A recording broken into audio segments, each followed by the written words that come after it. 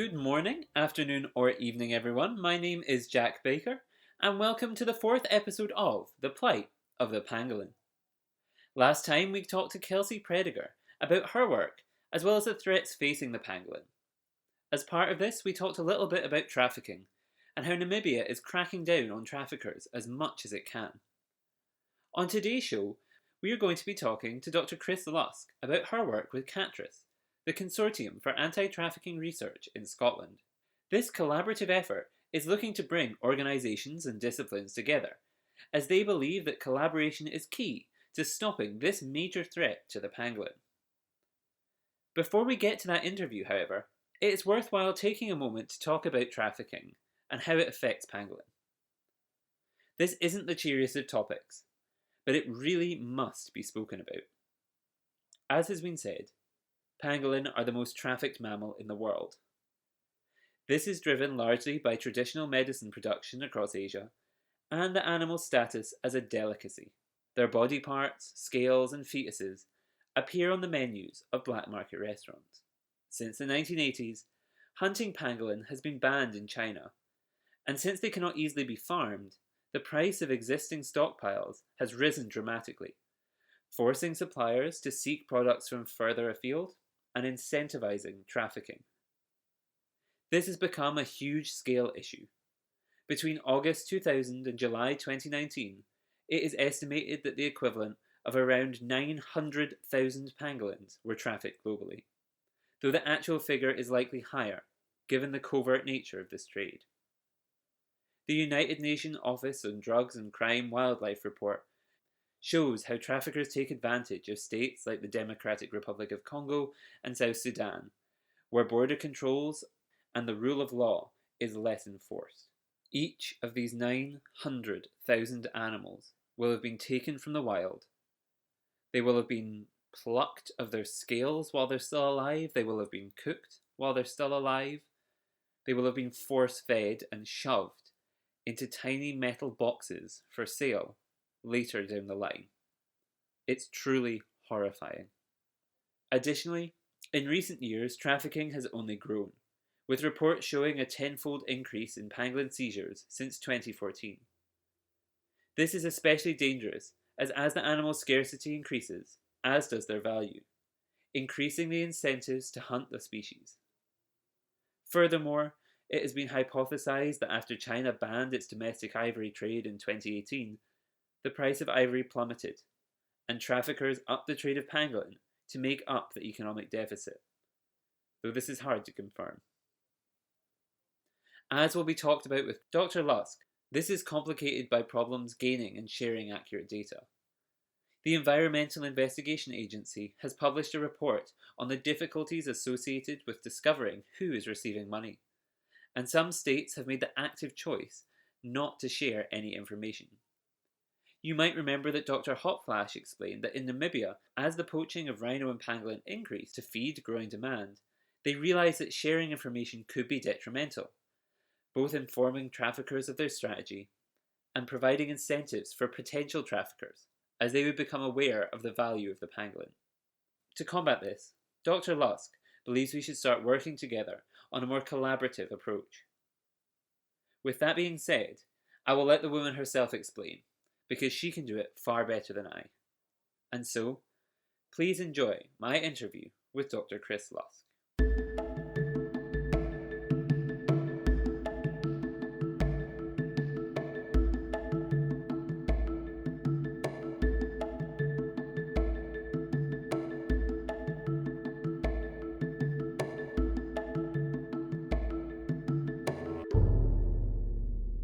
Hello everyone, welcome back to the show. I am now joined by Dr. Chris Lusk, the Executive Director of CATRIS, the Consortium for Anti-Trafficking Research in Scotland. She has kindly agreed to join us today to talk a little bit about her work and the potential of collaboration within the world of trafficking. So first of all, welcome to the show, Chris. Thank you very much for being here. Thank you. I know I gave you a brief introduction there, but I was wondering if you could tell us a little bit more about your position and what CATRIS aims to do. Okay. CATRIS was really kind of accidentally created by a group of research scientists and senior managers in universities in Scotland because we found that there seemed to be a gap in communication between the academic research, the policy development, and the police enforcement or charity frontline working staff with trafficking areas. Now, this started off with human trafficking, I would say, and we found that although there was this bridge between policy developers, practitioners, and researchers has been addressed for the last few years in England and Wales. Some universities are really creating solid hubs that will bring together the research evidence. What it comes down to in a bottom line is, and there hasn't been anything like this in Scotland up until now, but what it comes down to in the bottom line is that academics will do wonderful research. Some of the research they do is just phenomenal. But very often it is written in a format that nobody understands apart from academics. Mm-hmm. And they have to then try to develop it in a way that other people will understand, your layperson will understand, and that the layperson will be able to take out of it the key points, the key summary points from the research. And then they have to make sure that that is passed over and interpreted by the people who are writing policy for the government, for the people who are fighting trafficking on behalf of the police and the law enforcers, for the people who are trying to work with the survivors in the charities.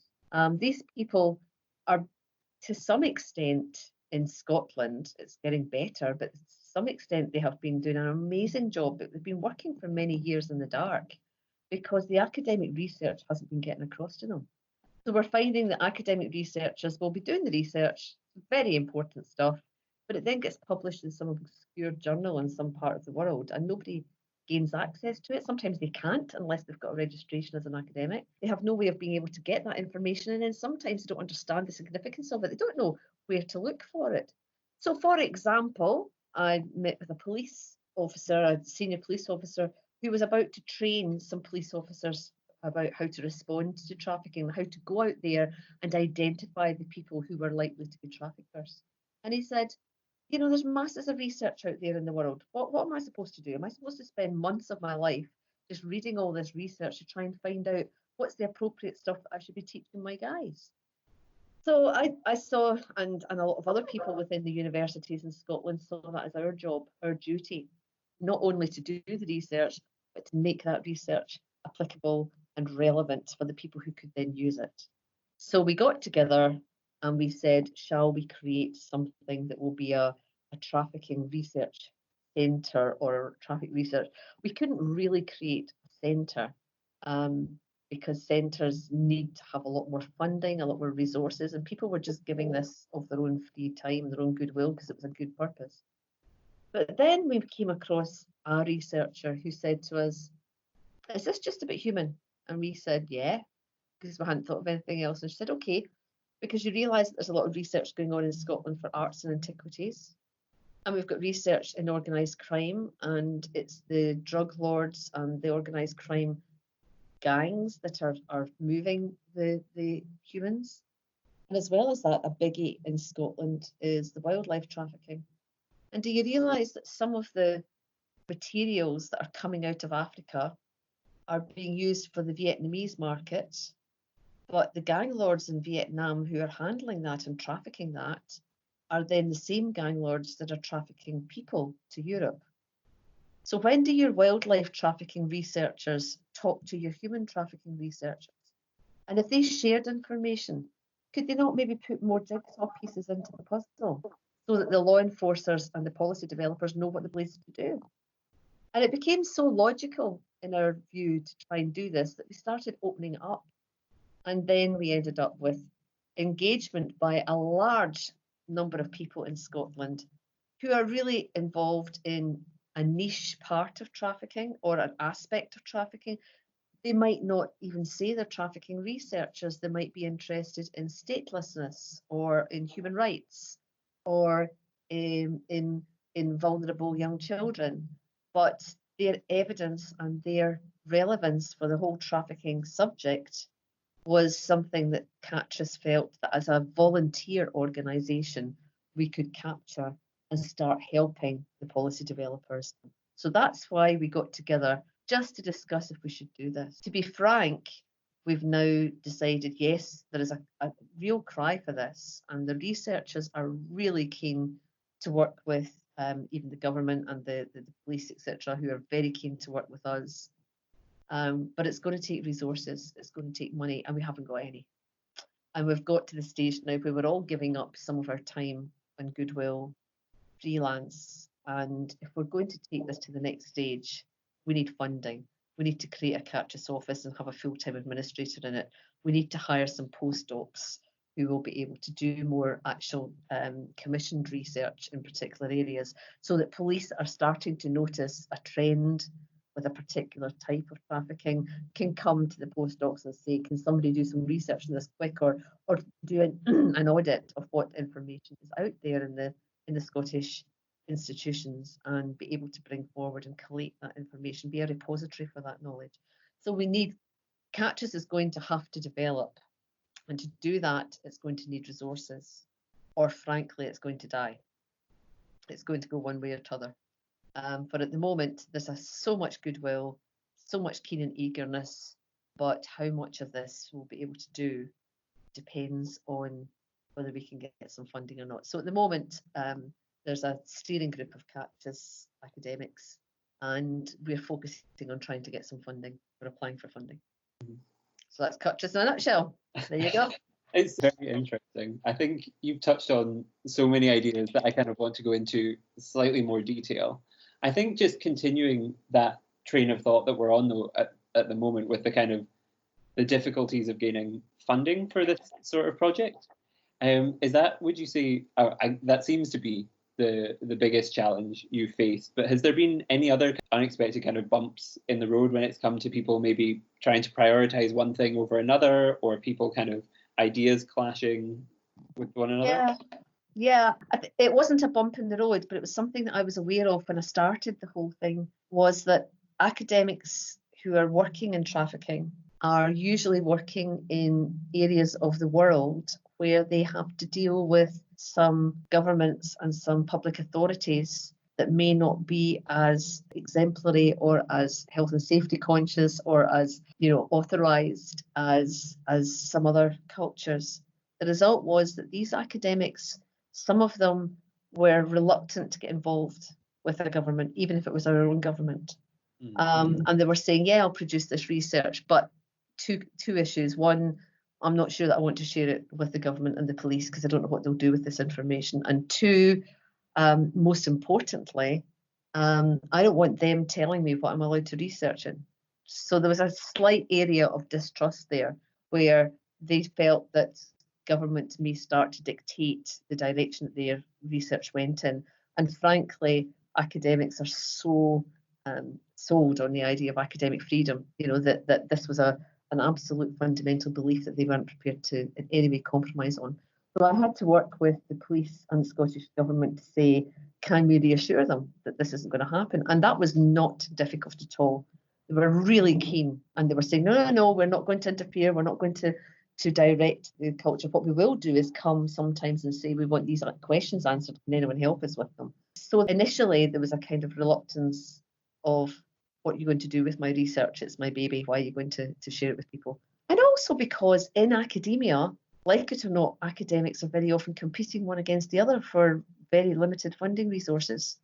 So if one academic had come up with a really good idea and was researching it, they weren't in a keen position to want to tell everybody what they were doing and what their findings were until they'd actually found their findings. So this working collaboratively and getting people out of their silos and being prepared to actually understand each other is something that took a wee bit of effort at the beginning.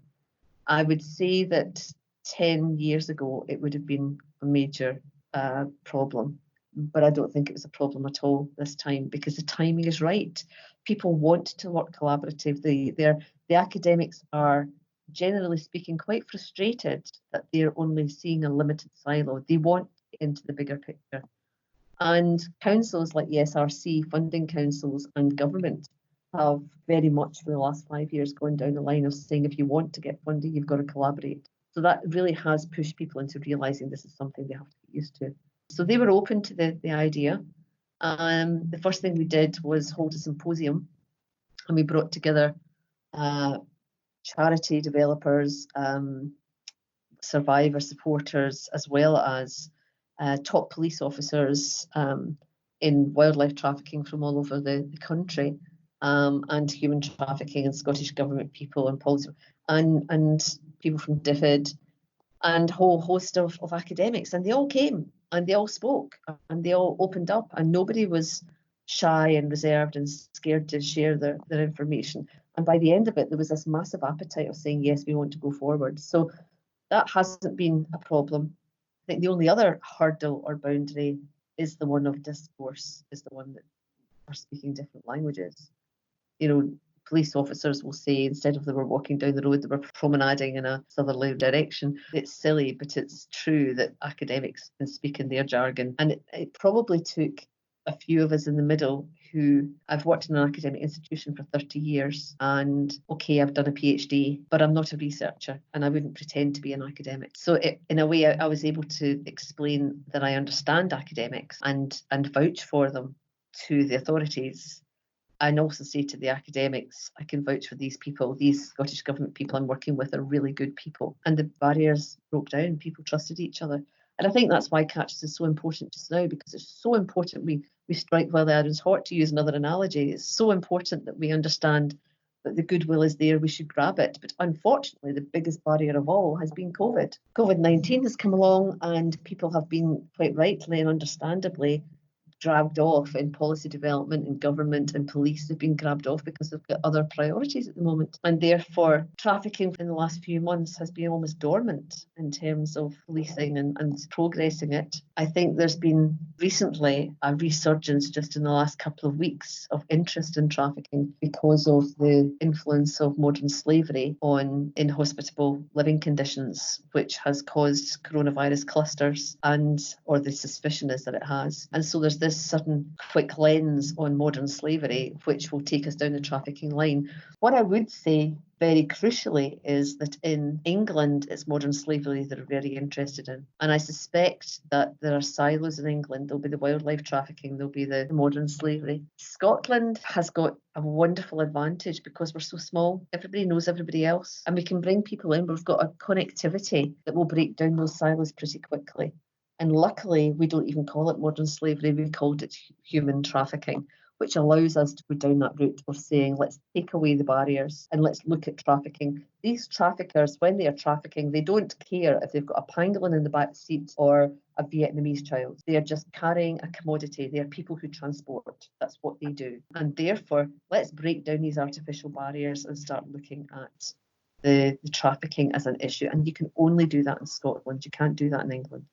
That's fascinating to me, actually, because similarly, I remember reading an article when the ivory trade became illegal in China and ivory plummeted in value. The imports of pangolin started picking up because they realized we need a way to make up the money that's kind of being lost now. And so we're going to start shifting onto these other things and not really caring about what we're shipping. I think, kind of following up on that question, it seemed not to be the case at all, really, from what you've said so far, but I wondered if, in a kind of more meta sense, I know you brought all of these people together. Do you ever find that perhaps human trafficking is prioritized over the other forms, or is it kind of a level playing field? I think it is a level playing field, but I think in terms of numbers, the human trafficking is more prevalent and in some ways more obvious. If I went out and I said to people, can you tell me if you've got any researchers in your university researching trafficking? They always answer, no, we don't have any. But then you look at it closely, there's people working with climate migration.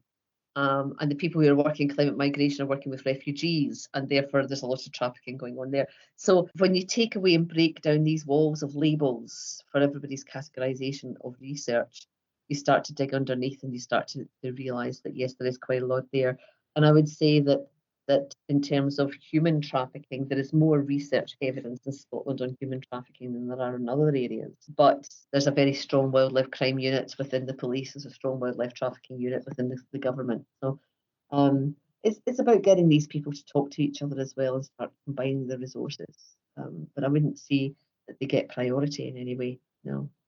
Oh, that's reassuring to hear, I guess, for someone interested in pangolins. I guess something else I've kind of wanted to kind of go back to a little bit, because you touched on the COVID situation and how that's negatively impacted everything.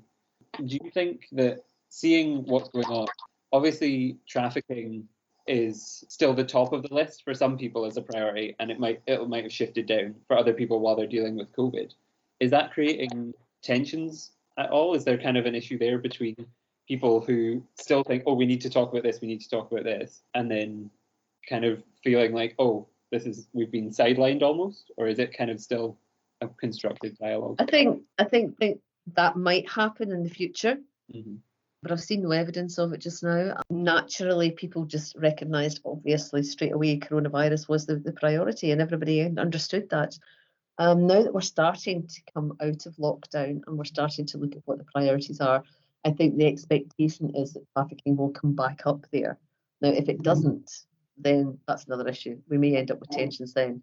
But at the moment, it's too early to say. I think we understand that coronavirus had to take precedence and had to take emphasis. I suppose the other side of it is that we don't really know now what's been going on with trafficking in the last 4 months. Technically the borders have been closed to everybody, but the police have been very busy doing all sorts of things. So goodness knows whether actually we'll be able to clamp down on trafficking now more than before. I mean, if you look at the sweatshops that we're talking about, they're alleging there are sweatshops operating with principles of modern slavery in Leicester, and it's taken the coronavirus really to kind of highlight that. Then maybe the coronavirus is going to highlight we're going to get things sorted out all over the place that should have been sorted out for years. Who knows? But I think as far as Scotland is concerned, we've held on very tightly to this phrase trafficking and away from modern slavery. And I think that's the gift for us. We're determined to not get it siloed, not get put into corners. If this is going to work, it's going to have to work right across the board. Mm-hmm. Touching on the term siloed, just in case people listening don't fully understand exactly what you mean by that kind of phrase, how would you kind of describe that to somebody who was listening? Silo to me is when the wildlife trafficking people may come across research that touches on wildlife trafficking, but also has significance for human trafficking. So they completely ignore the human trafficking bit and just focus on the wildlife bit. That they then take this forward and progress it solely with the label of wildlife on it. It's about trying to share information, not having them competing against each other for joint resources, making sure they share information, and that we pool our resources. And I want it so that if anybody now finds out information in the wildlife sector where it might have symbolism or it might have significance for the human sector, that they will immediately contact whom they see as their shared colleagues in the human trafficking side to say, hey, have you seen this? This might affect you as well. That's crucially, I want people to start sharing the resources. But that's going to take, and as I say, the goodwill is there. People are prepared to do it. But there's no structure for that. There's no infrastructure. There's no framework. We're still pitting charities against each other for some little pockets of money. We're still pitching people that are working in different areas of diversity of trafficking against each other. We need to start seeing this as a united thing. And we do see it as a united thing, but we can't pull them all together until we've got a joint resource. And that's the crucial thing at the moment. I mean, I don't know until we continue with the funding whether this will work or not, because it might be that as we're putting in funding bids on behalf of all trafficking, it might be that we get it knocked back because the human trafficking stuff should go for human trafficking funding and the wildlife should go to the wildlife trafficking. So it might be that we get that knocked back. I don't know. We'll just have to wait and see. Yeah, I guess the complicated thing is that if the world is kind of been built in these silos, even if you knock them down on one level, when you get to the next one, you've got to knock them down again and again and again. I don't know. Is there any situation that you think perhaps they could be helpful in trying to, if you're selling this to policymakers, does it help sometimes to sell them as silos of ideas? I don't know. It's a short answer. We're still in the process of trying it out. I don't know if I can take, supposing I have 3 Vietnamese children and a pangolin in a car coming to Europe, and I'm looking for some money to do a raid to stop them coming in or to trace back the gang masters in Vietnam. Does it help that I go to the wildlife crime people and say, there's a pangolin involved, give me some money? Mm-hmm. Are they going to say, yes, we'll give you half of it if the human trafficking people give you the other half? Or are they going to say, no, not our problem, go after the human trafficking people because there's Vietnamese children involved there? The fact that you find a pangolin is almost irrelevant. Mm-hmm. Or is there more money in the wildlife trafficking research because that's more globally based? Mm-hmm. I guess the human trafficking tends to be more locally based, I would say. So the infrastructures for fighting the trafficking for humans is quite clearly on a Scottish basis, but they're looking at borders of people coming in through England or people coming by boat from other areas. And then you've got the Indian government has now put mega bucks into NGOs that are running anti-trafficking activities in India. So yes, that could be a way there. I don't know where the money is, and we're just at the point of finding out. We're just about at the point to put in our first application. So I don't know where we'll get it. I hope we don't fall in between two different styles because we haven't got commitment to only one silo of trafficking. I don't know. But I hope that the pangolin people don't say, get lost, go and find a Vietnamese children's charity and vice versa. I hope they say, no, we'll pitch in and we'll come together. And I just thought, I would say up until now, that has been my experience. I thought when I started looking into this that I would be knocking on people's doors and it would be a bit like a speakeasy. There would be a tiny little hatch in the door and somebody would say, go away. This is top secret. You're not allowed to find out anything. And the exact opposite was the truth. Within days, I had people throwing open the doors and saying, please come in. We need other people's help to work on this because they're frustrated at only seeing a small part of the picture. They want to see the whole picture. And it does cross over. I mean, we found that at the symposium when we had them crossing over, it was amazing that the wildlife people were really enjoying their conversations with the human trafficking people because they were finding out so much. They shared so much similarities. It just, people weren't feeling alone. And the thing about research is it's quite a lone activity. You can sit in your ivory tower and just write your research, not speak to anybody for 4 years, and then publish it in some obscure Italian journal and then go into your next project. So having other people saying that's really relevant and that's a shared experience because we've experienced that with pangolins as well. Researchers like it. They enjoy it. And having a policy developer saying, oh my goodness, that's brilliant. We can apply those ideas. Your research is actually going to have an impact. It's actually useful. Mm-hmm. Not only makes the researchers feel better about what they're doing, quite rightly, but it also attracts more funding because output and impact assessment is all what research funding is about at the moment. You have to prove it's going to have an impact somewhere. Yeah, I suppose it could be beneficial then, the bringing together of all these ideas, because what I've seen from my research into pangolin is there seems to be a lot more interest in them now. And so if this kind of a rising tide raises all ships idea functions properly, what should happen is if people are more interested in pangolin trafficking and the illegal wildlife trade after the COVID situation, given the link between COVID and pangolin, there'll be more discussion across the board of trafficking, which hopefully should lead to then successes all around. Well, I think by sheer definition in the Western world, our governments are, silos is probably too negative a term, but they are governed by departments and units with restricted budgets that are all competing against each other. And therefore, your focus has to be, practically speaking, on this particular small area. And I think, generally speaking, we've become more focused, especially through COVID, on a global scenario where there is a global threat to everybody.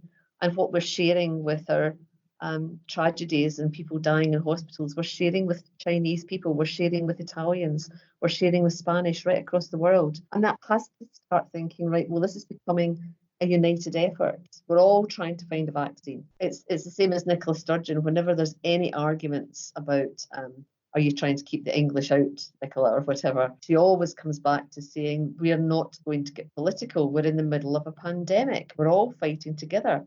And that's been maybe one of the refreshing things about this whole coronavirus thing is that we're learning to work together, that some issues need us to work with each other. We need to scratch each other's backs because we can't find out the answers alone. And I reckon, I'm not comparing trafficking to COVID, but there are some parallels there of we've got to stop hiding in our corner, doing our little bit of research and not applying this, not referring it, not comparing it, not contrasting it, and joining with others to say, right, let's not be possessive over what we've got and start making sure that it does get to where it goes. Because otherwise, bluntly, where the blazes do the police know where to aim their focus? How does the if we could give millions, as has been given to the Scottish Government, millions of pounds to put into trafficking. What do they do with it? If they don't know what the size and the scale of the problem is in Scotland, where the overlaps between wildlife and antiquities and drugs and people is, how the stuff's coming into Scotland, what happens to it once it comes in, generationally, what does that do? How does that affect us in the future? Are we getting any better at wildlife conservation than we were before? We just don't really know. And that will have to come through research. It's the only way. The other parallel is with human. We have people who are trafficked into Scotland. We're now on to the next generation. We're on to the generation of their children. And we know the huge link between trafficking and poverty. So what's happening to these children? What is their lived experience going to be like in Scotland now that they're actually Scottish, they're born here, but their families or their relatives have been trafficked over here. So what is their experience? So yeah, I think there are huge links across all these areas. Drugs, like it or not, we have 151, I think, unmanned ports in Scotland. Mm-hmm. So if you want to transport stuff in on a ship or a boat, we're not. So for all that people are saying, are we going to keep the English out with coronavirus? Well, who's going to help build Hadrian's Wall? We're open. We're wide open as a country. We're joined on to everybody. Therefore, the sooner we start realising this is a global issue and start working together to try and sort it out with some very clever methods. We've got brilliant digital software developments happening in Scotland. We've got new ideas in chemistry and in physics that, lots of different organisations, public organisations as well as private authorities and private companies are interested in. Let's start being clever about how we start fighting traffickers, because my goodness, the traffickers are clever and they collaborate and they use each other as much as they have to make sure that their business smoothly works and operates. They don't get cut in their little corner and get possessive. They start working with local gangs on the ground, etc. So, and I'm sure through coronavirus, they started emerging into, conglomerates or consortiums or ways of being able to get around the shutdown, lockdown problems that we had. Mm-hmm. They've had to be agile. And I think the time for not just Scotland, England, and a lot of Western Europe. I don't know about the States, but I think we've maybe structured things to the point where we've lost a bit of our agility. And I think what we're wanting to do with trafficking and catches is bring that agility back. Now, whether that will be attractive to funders that have got to be structured or not, I don't know. Whether or not they will say, no, you're not ticking the right boxes, I don't know.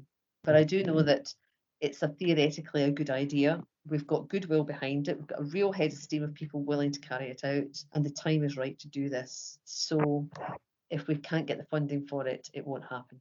That's the harsh reality. It's just going to stop. I think a question I would have is kind of, if I was to put myself into the shoes of somebody who was sitting down and kind of saying yes or no to kind of funding or not to fund, I think probably the first question that would spring to my mind would be, what material successes have you seen so far?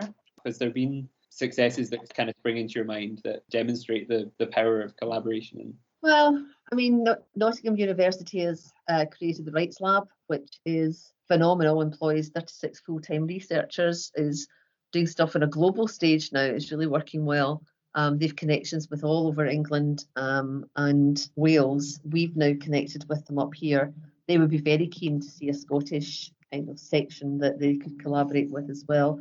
As far as Wales is concerned, they've done amazing work with universities to try and raise awareness. So they've got champions now of trafficking in each of the universities that are now bringing the next generation of students into a sort of enlightened era where they're starting to learn about it. Within Scotland, our problem has been that in the past, there wasn't an appetite for people to mix with each other. So two major triumphs in the last year. One has been that we held a symposium and we got everybody to turn up, and we got real keenness and determination at the end of that to move forward, people wanting to collaborate. And the second thing is to do that, they had to then give their details to us in the University of St Andrews to create a database of contacts. And that's already starting to pay dividends. So, we have phone calls from somebody saying, we've got this piece of evidence that has arrived. Do you know who's doing research in this area? And I can give them the names of the people who are doing research. Or, a single child is found in an area of Scotland, right? The child is traumatised. Can we get people from her culture who will come and counsel her, and we can start giving the real kind of focused support? Yes, of course, because we've got them all in a database. So we're starting to do cross-collaborative work. in that way. But at the moment, Catris is really working very informally. It's just being a pointer to people. And I think it could probably develop to a stage where it could continue, maybe having a newsletter 2 or 3 times a year, having a symposium once a year when we bring everybody together, giving them the opportunity to liaise with each other. But that's all it's going to be informally. If we want to take it to the next stage and actually turn it into a research centre and commission proper research and form a formal layer of structures that links between the enforcers, the practitioners, the charities and the policy developers, we need to get at least 1 or 2 administrators running this with a couple of postdocs, and postdocs are not cheap, frankly. So we'll see where it goes. And yeah, the fact that the goodwill is there, but in the same breath, along with COVID as well, I'm not sure how long we'd be able to sustain the goodwill if we didn't actually do something together experientially. I think it might just kind of fade away of, well, that was, everybody had a nice thought that this would be a nice idea, but we haven't actually done anything with it. I think it's keeping the momentum going, because I think right now there's a lot of interest in pangolin because of COVID and all that sort of thing. So even unrelated to trafficking and the other threats that they face, it's kind of important after this to kind of keep pushing this idea. So I can see a similar story coming through with what you're doing. I think the final question that I had for you would be that if you could speak directly to the people listening, kind of give them one thing that you wanted them to take away, one piece of advice you could give them if they feel like they want to make a difference, what would you tell them to do? What would your message be? Wow. I think it's interesting what you were saying, whether the human trafficking has priority. It doesn't have priority, but I think it's the most visible for us. And therefore, we can raise all this awareness in young people's schools and colleges and universities, because what we're trying to do is to create a generation of people who would just take their blinkers off. And when they walk around would say, that doesn't feel right. And therefore would start to raise the question, raise the alarm. And it might be that human trafficking is the way into helping with wildlife and everything else, because it's the most visible. So, for example, if you go to a car wash in a city in Scotland and your car's being washed by a team of clearly foreign European people who don't look as if they're particularly well cared for, and you're paying £5 for a car wash, that ain't right. It can't be done. No. You just can't do. I think somebody once calculated it. The cheapest you could do a human empowered car wash was £13. So if you're paying £5, nah, you're cheating somebody. If you're paying £1 for that Primark dress that's created somewhere in China, somebody's suffering at that. If you see, especially in our area, we could say, well, we don't have anything in Fife. Nonsense. If you look at the hordes of European workers that are brought in to pick the berries at certain times of the year, you can feel yourself when something isn't right. So I guess the one thing I would say to people is, it's difficult when you see a golden eagle above you to know whether it's being trafficked or not. But you can see, you might not be able to see the drugs or the arts and antiquities, but you can see the face of trafficking in terms of human trafficking and people who are effectively slaves in Scotland. And it's uncomfortable. And you don't know if you've seen right or not, and you don't know if you're accusing people unnecessarily. But if it doesn't feel right, it probably isn't. Report it. Go onto the website for trafficking and report it. So somebody will investigate it and just check that it's okay. And I guess that's the message I'd say to people, unless we can bring this to our awareness that trafficking is an issue. Because when I started looking at this 2 years ago, the most common response I got from everybody that I spoke to was, trafficking doesn't happen in Scotland. We don't have any. So we might not have any pangolins, but it's all linked, all collaboratively linked right across the globe. So to call it pangolin, to call it Vietnamese, to call it arts and antiquities, to call it Burmese or it happening in America or whatever, it doesn't matter. It's just one enormous network right across global issues. And so the only chance we have on a local basis of being able to fight this is if people are aware. Horse trafficking is going on. It's going on right around you. So just go away and think and be aware and start thinking, yeah, that probably wasn't right. The big one in human trafficking in the UK is nail bars. So it costs me £28 to get my nails done by a wee lassie that comes from just down the road. But if I'm going into a room in a back street in Edinburgh or Glasgow where everybody is of Asian background, looks browbeaten, doesn't look you in the face, and you're getting charged £7, it doesn't feel right. And if it doesn't feel right, it probably isn't. Get it checked out. Don't just sit by and let it happen and say, I know this cheap nail bar. Think about what you're actually underpinning, you know? Mm. I think that is an excellent message to leave on. So thank you very much for your time today. Thank you, Jack. Thank you.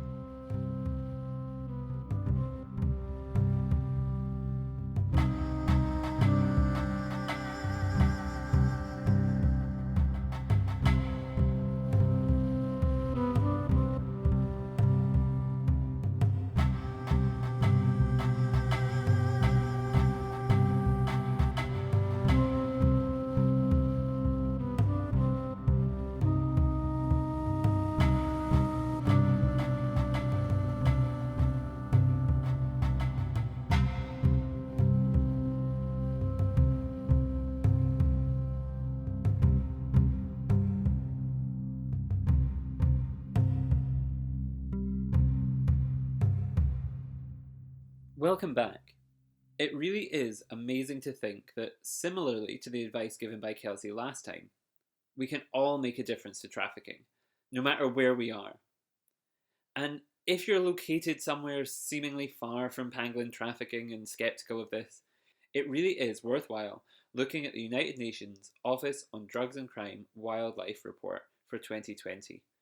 This shows there have recently been shipments of pangolin or their body parts found within the Netherlands, Belgium, and France, so it really is much closer than you think. What is also important to think about is this idea of collaboration and working together. Because of the potential of this, and the importance of recognising everyone's perspectives, it came up in previous episodes in regards to contextualising your actions and working with people outside of your immediate circle. And it will come up again in the next episode regarding coronavirus. So collaboration really is a core idea that we should be taking away and thinking about and trying to develop into something really quite special. Speaking of that next show, we'll be talking more about the coronavirus pandemic with Professor Jo Sharp. She is an expert in zoonosis, and her work in Egypt and Tanzania will really help to provide a grounded take on the current pandemic. This is perhaps the most timely episode, and while it's about coronavirus, hopefully we can really cheer it up a little bit. But until next time, thank you so much to Chris, and thank you all again very much for listening.